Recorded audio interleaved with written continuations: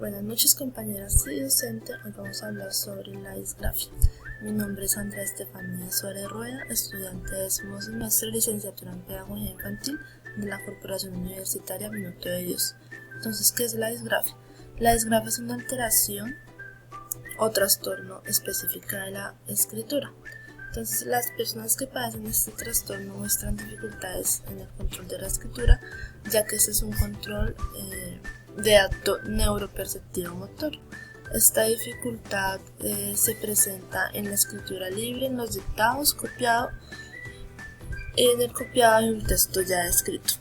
Entonces debemos tener presente que esta dificultad se presenta en los primeros años de escolaridad, de los 6 a los 7 años, entonces no podemos decir que hay o que existen síntomas de una disgrafia antes de esta edad, ya que no sería adecuado decir que se presenta esta dificultad. Como características de la disgrafia tenemos letra difícil de entender, escritura en espejo, que es como la que evidenciamos acá en esta imagen, espacios incorrectos y irregulares de las letras y las palabras, una mala presentación del cuaderno, sucio, con tachones, evidencia de borrado constante, pues para volver a escribir la palabra de nuevo, letra irregular tanto en tamaño como en forma, mezcla de letras mayúsculas y minúsculas, una mala postura corporal, una manera incorrecta de agarre el lápiz a la hora de escribir, un trazo grueso y fuerte, o también un trazo suave, casi sin dejar rastro de lo que se escribe. También existe la confusión de letras, como vemos acá un ejemplo, cambiar la V por la B, entonces vaca por vaca. A continuación hablaremos sobre los tipos de disgrafia. En el trastorno de la disgrafía podemos encontrar dos grandes clasificaciones y debemos saberlas diferenciar. Entre esas clasificaciones se desglosan varios tipos de disgrafia.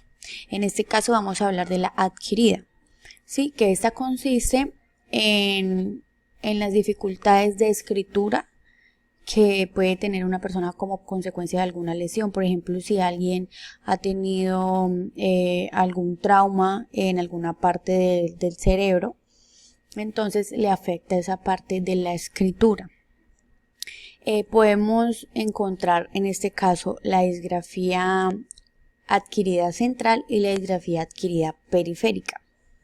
La disgrafía adquirida central es un tipo de disgrafía que afecta la parte lingüística en la escritura de las palabras, ¿sí?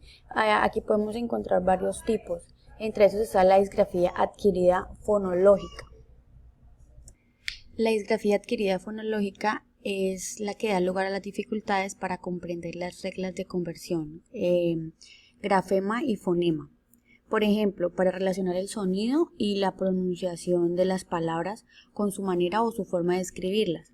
Las personas que padecen esta disgrafía cometen el error de pronunciar, por ejemplo, la letra G. La letra G suena de una manera, se pronuncia de una manera y tiene una entonación distinta a cuando la unimos con la palabra completa, como por ejemplo gato.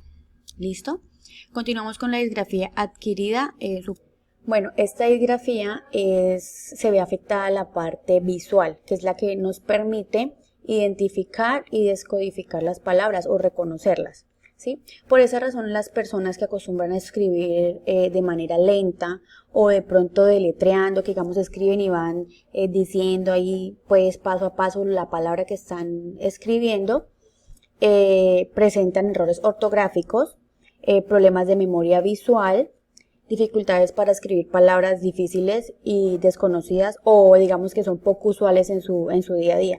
Por ejemplo, una palabra que ellos, por ejemplo, una palabra que le digan en el hospital, en la clínica, bueno, nombre de algún medicamento, no van a poder reconocerla y escribirla de manera rápida o con buena ortografía. Continuamos con la disgrafía adquirida profunda. En ese tipo de disgrafía se ven afectados las dos partes anteriores, que es la visual y la fonológica, ¿sí? En este caso se cometen errores semánticos. Por ejemplo, se sustituyen las palabras fútbol y baloncesto, que dan lugar a una sustitución de palabras que forman parte de un mismo campo semántico, que en este caso es el deporte o los deportes.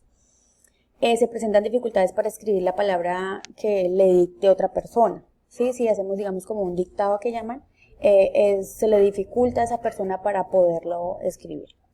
Listo, entonces el otro tipo de disgrafía es disgrafía adquirida periférica.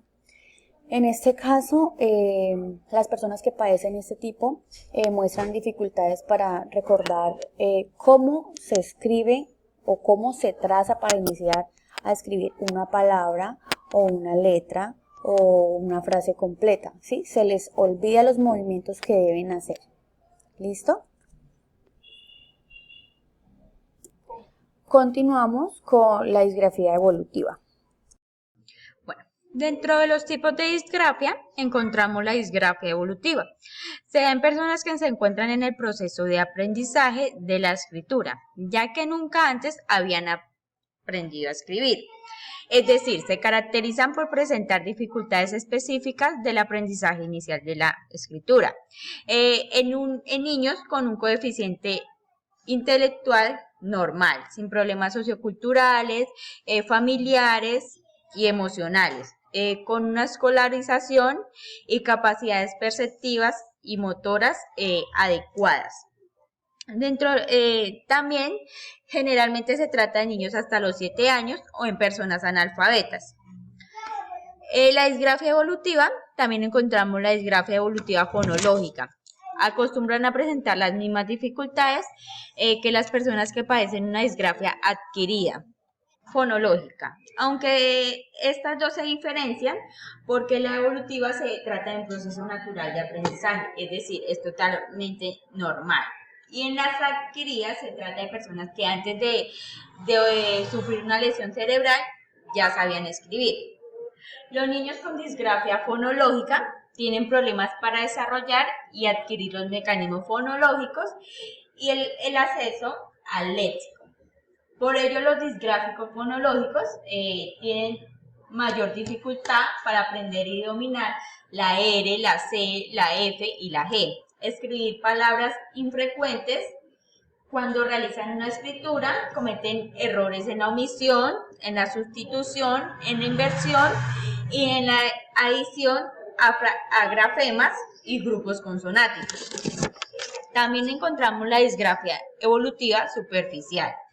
Estas tienen dificultades para consolidar la vía ortográfica o directa, por lo que cometen mayor error en la escritura de palabras irregulares, también en la ortografía. También tiene dificultades para escribir palabras de un idioma extranjero. Presentan mayor lentitud en escribir palabras homófonas y poligráficas. Por último, tenemos la disgrafia evolutiva mixta. Aquí la mayoría de niños con dificultades específicas del aprendizaje referente a la escritura tienen disgrafia mixta, ya que no adquieren o desarrollan adecuadamente las dos rutas de acceso al léxico. Es por lo tanto que la disgrafia mixta son las más frecuentes. Los disgráficos mixtos suelen cometer ambos tipos de errores, aunque a diferencia de la disgrafia profunda, aquí no cometen errores semánticos.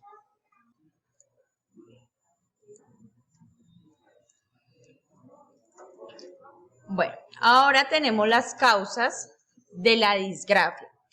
La primera causa es el problema de lateralización. La segunda causa son las dificultades motrices. Aquí se presenta una dificultad en el movimiento, tanto de los dedos como de las manos. Presentan dificultad en el equilibrio y en la organización general de su propio cuerpo. La tercera causa son los factores de personalidad. Estas causas vienen relacionadas con la personalidad y las características de la persona que padece esta disgrafia. Es decir, si la persona es rápida, si es lenta. La cuarta causa son las causas pedagógicas. Existen causas relacionadas con la educación recibida referente a la escritura. Es decir, si se le enseñó de una manera muy rígida sin tener en cuenta las diferencias de cada estudiante. También si se sometió a las exigencias de algún profesor, de la familia, teniendo también la presión social entre los compañeros, al estar pendiente si sabe escribir, si escribe bien, si escribe rápido, entre otros. También encontramos las dificultades en la habilidad visoperceptiva. Aquí son los problemas para identificar aquello que se ve. Es decir, que presenta dificultades para la interpretación. Lo interpreta teniendo los objetos frente a ellos o los ve por medio de una fotografía. También tenemos las dificultades para retener una palabra en la memoria. Entonces aquí se presenta una dificultad en la capacidad de recuperar una palabra que se supone que si ya se había dicho, la debíamos tener en nuestra memoria, pero a esta persona se le dificulta retener información. Y por último tenemos la coordinación visomotriz. Entonces aquí es donde se presenta una dificultad en la habilidad para coordinar el cuerpo con la visión. Soy Paula Andrea Díaz Rivera, de 10º semestre de licenciatura en Pedagogía Infantil. Los teóricos de la disgrafia, según investigaciones de varios expertos, podemos encontrar algunas definiciones que se mencionan a continuación.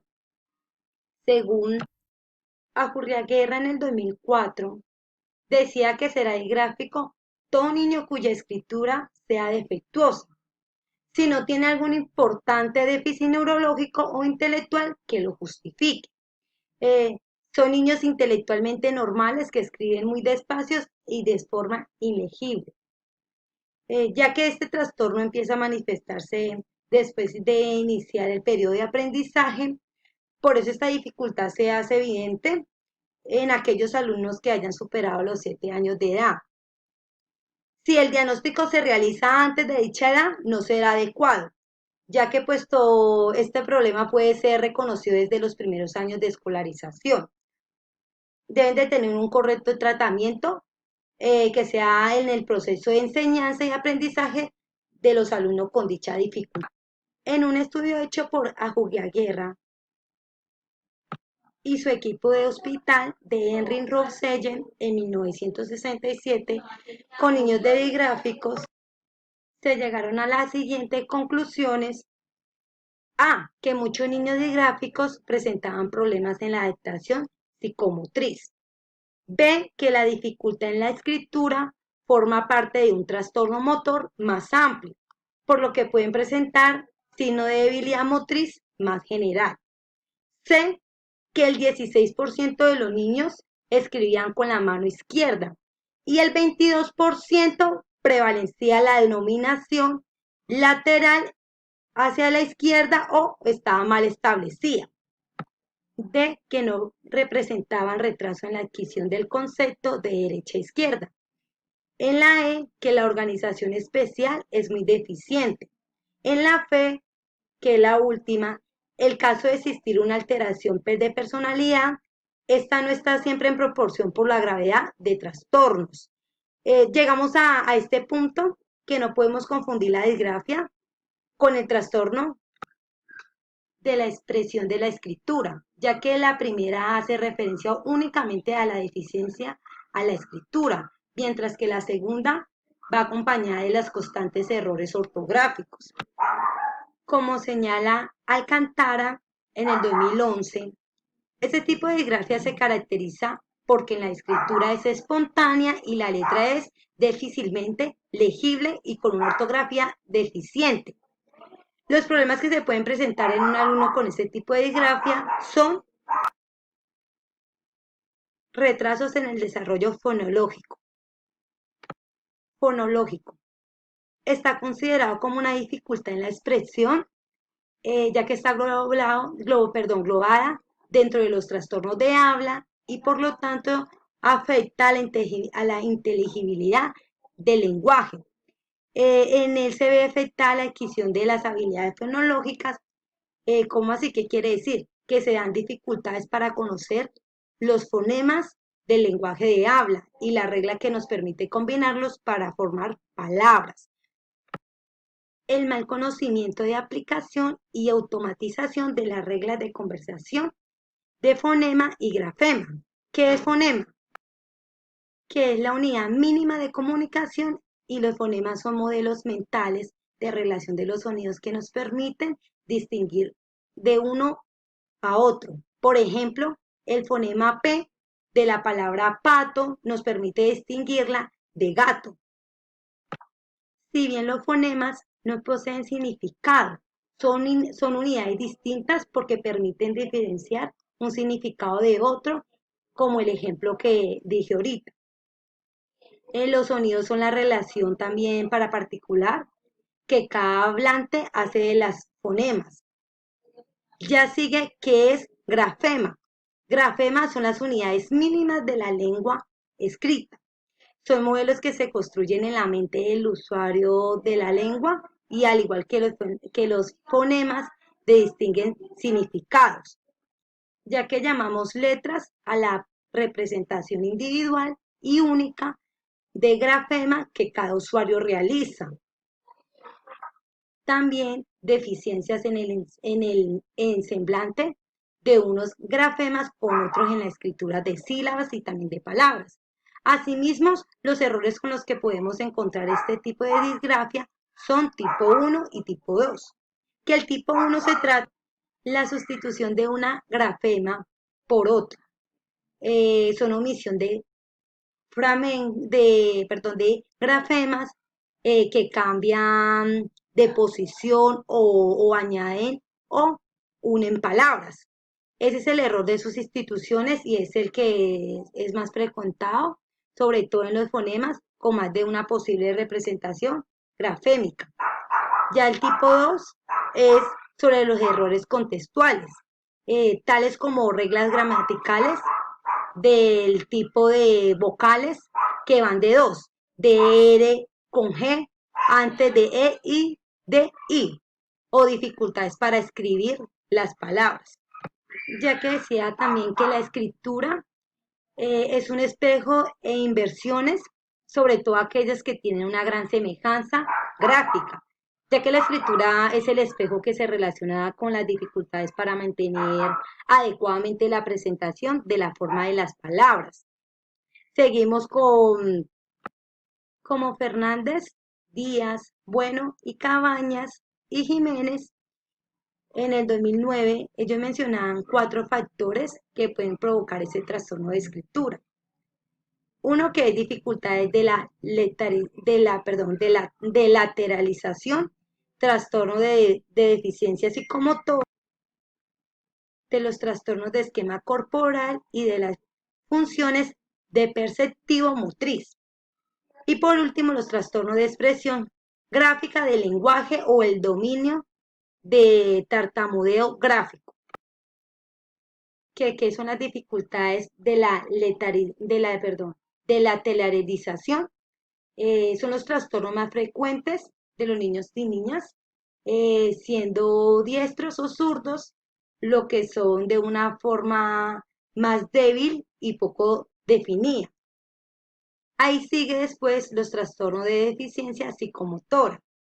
En este caso podemos distinguir 3 categorías, o niños con perturbaciones de equilibrio y de la organización cinética, ya que quiere decir que los niños con motriz débil, existen también niños con inestables, en esa también nos podemos presentar a sí mismos, ya que existen 2 tipos con niños con motricidad alterada, que una de esas, uno que son niños torpes en motricidad, o sea, tienen una motricidad débil, lo cual provoca un fracaso en las actividades de rapidez, de equilibrio.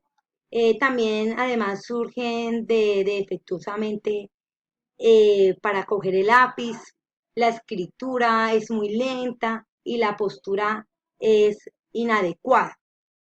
Ya sigue la segunda, que son niños hipercinéticos, que son opuestos a los anteriores. Se muestran inquietos, su escritura es muy irregular, la letra es fragmentadas y son trazos imprecisos.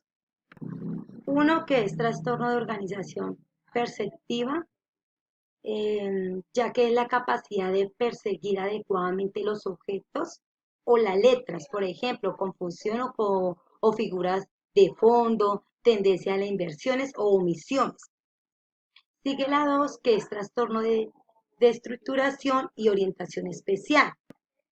La 2, que es trastorno de la estructuración y orientación especial, que se trata de una dificultad a la hora de reconocer nociones especiales y sencillas, como por ejemplo, ¿cuáles? Derecha e izquierda, ya que en su propio cuerpo, en su cuerpo, así como en una alteración de la dirección y de también grafemas con simetría similar. Ya sigue la 3, que son trastorno de esquema corporal. Ahí en el esquema corporal se trata que a veces la dificultad es el reconocimiento del esquema corporal alterando la escritura a nivel del soporte del lapicero, de postura corporal y también grafismo lento y fatigoso. 4, que es trastorno de expresión gráfica del lenguaje o el denominado. O sea, ¿cómo hace? ¿Qué quiere decir? Que son tartamudeos gráficos, que por el cual se manifiesta por una escritura con numerosas tachuduras y repeticiones innecesarias. Y vale la pena resaltar algunas de las actividades que se pueden realizar con un sujeto disgráfico, como superar un poco sus dificultades, como por ejemplo dentro de ellas se pueden establecer adecuadamente posturas que debe mantener al escribir. Por ejemplo, el óptimo de agarre, la presión del lápiz y los ejercicios de apretamiento. Otros pueden ser ejercicios cortos de escritura, entre otros. Tratamiento de la disgrafia motriz. Teverochi y Ferrero, en 1969, ellos expresaban que el tratamiento de la disgrafia motriz comprende varias actividades que podrían ser creadas por el docente o por el psicopedagogo con la finalidad de dar atención a las cosas que se originan en la mala letra.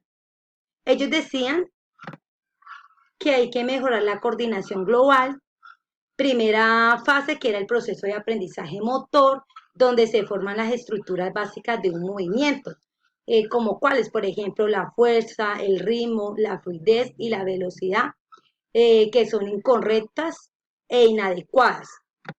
Como decía, la coordinación dinámico-manual, después sigue la ejercitación psicomotora, ya que se implica enseñar al niño, enseñarle las posturas adecuadas de la ejercitación psicomotora, que implica al niño las posturas adecuadas, como cuáles, como la adquisición del esquema corporal, el conocimiento de inmediato del cuerpo, en estado de reposo, en movimiento, en el cual sus partes y sobre todo en relación al espacio y los objetos que nos rodean, donde también estimula la coordinación de visomotriz. ¿Con qué fin? Con que mejorar el proceso de oculomotor, por último, educar y corregir, los movimientos básicos que se intervienen en la escritura, ya que a través de estrategias se pueden desarrollar actividades que pueden aportar mucho al niño y niña para mejorar las destrezas de las manos, los dedos y su posición corporal. Así para que tengan una buena motricidad al escribir y ya sea para desarrollar habilidades básicas para iniciar la escritura, basada también en el desarrollo de procesos motores básicos, como cuáles, como qué tipos, en conservaciones de retrasos, precisión en el uso de instrumentos, y en el desarrollo de habilidades grafomotoras. En el término grafomotricidad, ¿qué quiere decir? Es en la ejecución de los movimientos básicos que se intervienen a la escritura del niño o niña. Muy buenas noches, compañeras. Mi nombre es Katy Lozano. Entonces, seguimos con las estrategias que deben tener en cuenta los padres de familia ante esta dificultad, ¿sí?, que presentan los niños y las niñas.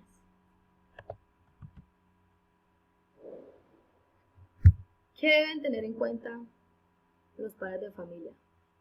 Dos estrategias muy importantes que son: la primera es que el niño tenga una postura correctamente en la silla donde se encuentre en el área de trabajo realizando sus actividades, ¿sí? Y la segunda es que coja el lápiz de la forma correcta. Más adelante les explicaré cómo es la forma y la manera, para que asimismo el niño o la niña realice pasatiempos como laberintos, donde él debe de ir es una secuencia, ¿sí?, para que así realice la actividad terminada. Y lo más importante es realizarles ejercicios de motricidad fina. Se preguntarán por qué es importante, más adelante les digo.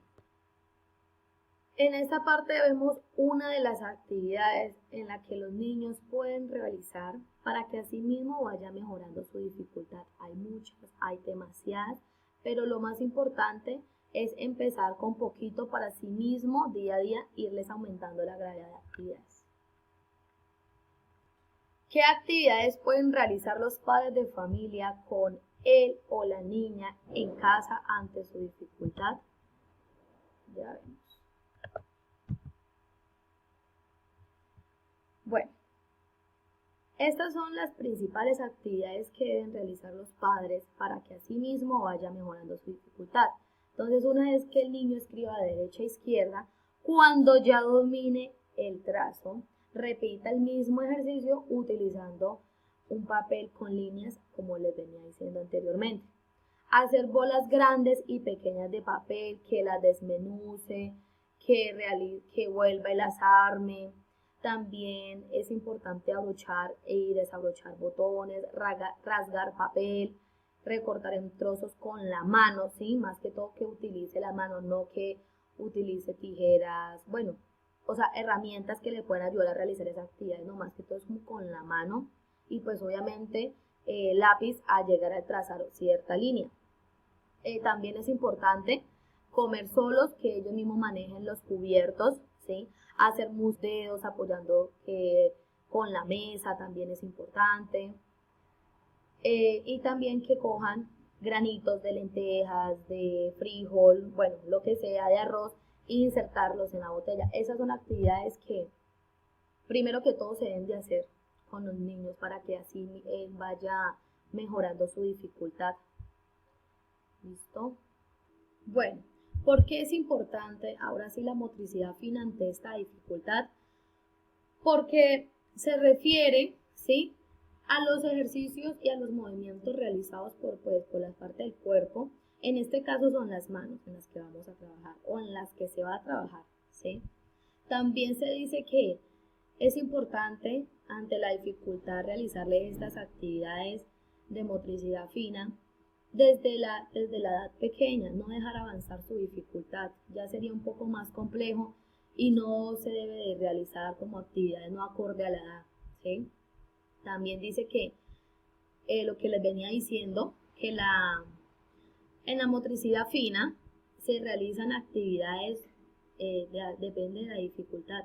Cada vez es un nivel más elevado de maduración y de aprendizaje para que los niños así tengan una precisión exacta a realizar las actividades. También comprende todas las actividades, aquellas que necesiten, como les venía diciendo, pero ya en un nivel de coordinación. Ya ellos no van a estar haciendo una actividad incompleta y empezando otra, no. También es una habilidad de experimentación y de aprendizaje. También desarrollan un orden progresivo. Se pretende que los padres inicien la actividad con ellos y la terminen y no la dejen a medias, que le dediquen todo el tiempo posible.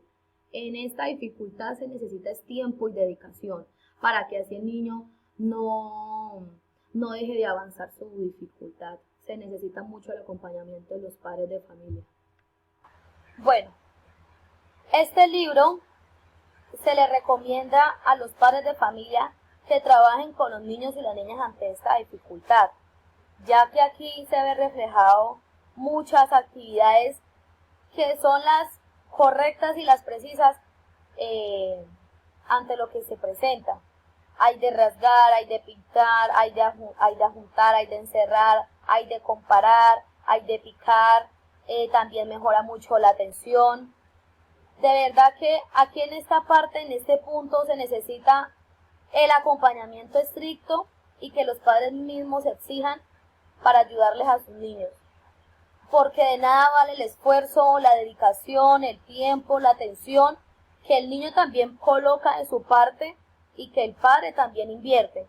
Entonces, el papel que se juega acá es la responsabilidad de los padres ante los niños para que les vaya muy bien en su proceso y no deje de pasar a mayores. Bueno, como les venía diciendo anteriormente, el proceso del agarre, este es el proceso pues del agarre del lápiz, ¿sí? Entonces, el primero está el agarre cilíndrico, que va al año y medio, donde se emplea toda su mano. El segundo es el agarre digital pronado, es de 2 años a 3 años, donde los dedos sujetan al lápiz. Está el agarre cuadrípode, que es de 3 años y medio a 4 años, donde los dedos participan en el agarre del lápiz, ¿sí? Y está el agarre trípode, que es de 4 años y medio a 7 años, donde los dedos pulgar, índice y corazón se funcionan de manera unitaria para fortalecer el agarre pues del lápiz. Si esta metodología pues no se aplica desde un principio en la edad adecuada ante que el niño presenta esta dificultad, no se está haciendo nada, ningún trabajo, porque lo primordial es que tenga el niño un buen manejo del lápiz, ¿sí? O si no, se pierde pues todo el esfuerzo que el padre está dedicando y el niño pues que está dispuesto a realizar sus actividades. ¿Listo? Bueno, esos son como algunos tips de que deben tener en cuenta pues los padres de familia ante esta dificultad.